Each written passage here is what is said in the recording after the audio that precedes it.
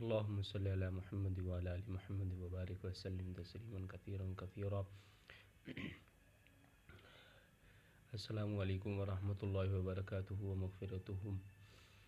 آج کے متعلق ہم رمضان مبارک کا جس وقت چاند نظر آنا ہے اس کے متعلق ایک چھوٹا سا وظیفہ بتائیں گے، اور کیونکہ اسلامی مہینے کا آغاز ہلال یعنی پہلی کا چاند کے ساتھ ہوتا ہے، اس لیے پہلی کا چاند دیکھنے کے اہتمام کرنا چاہیے۔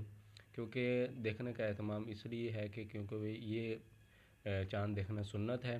پہلی کا چاند کو افق پر دیکھنا اس لیے سنت قرار دیا گیا کیونکہ اس میں ایک دعا بتائی گئی ہے، اور جس میں وہ دعا پڑھتے ہی اللہ پاک سے جو چیز مانگیں وہ ضرور دعا قبول ہوتی ہے۔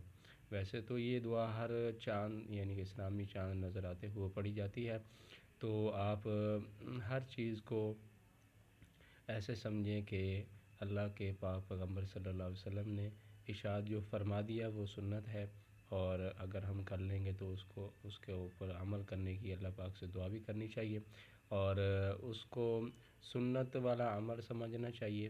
اور یہ دعا جو ہے سن لیجیے، اللہم اہلہ علینا بالیمن والایمان والسلامۃ والاسلام والتوفیق لما تحب وترضى ربی وربک اللہ۔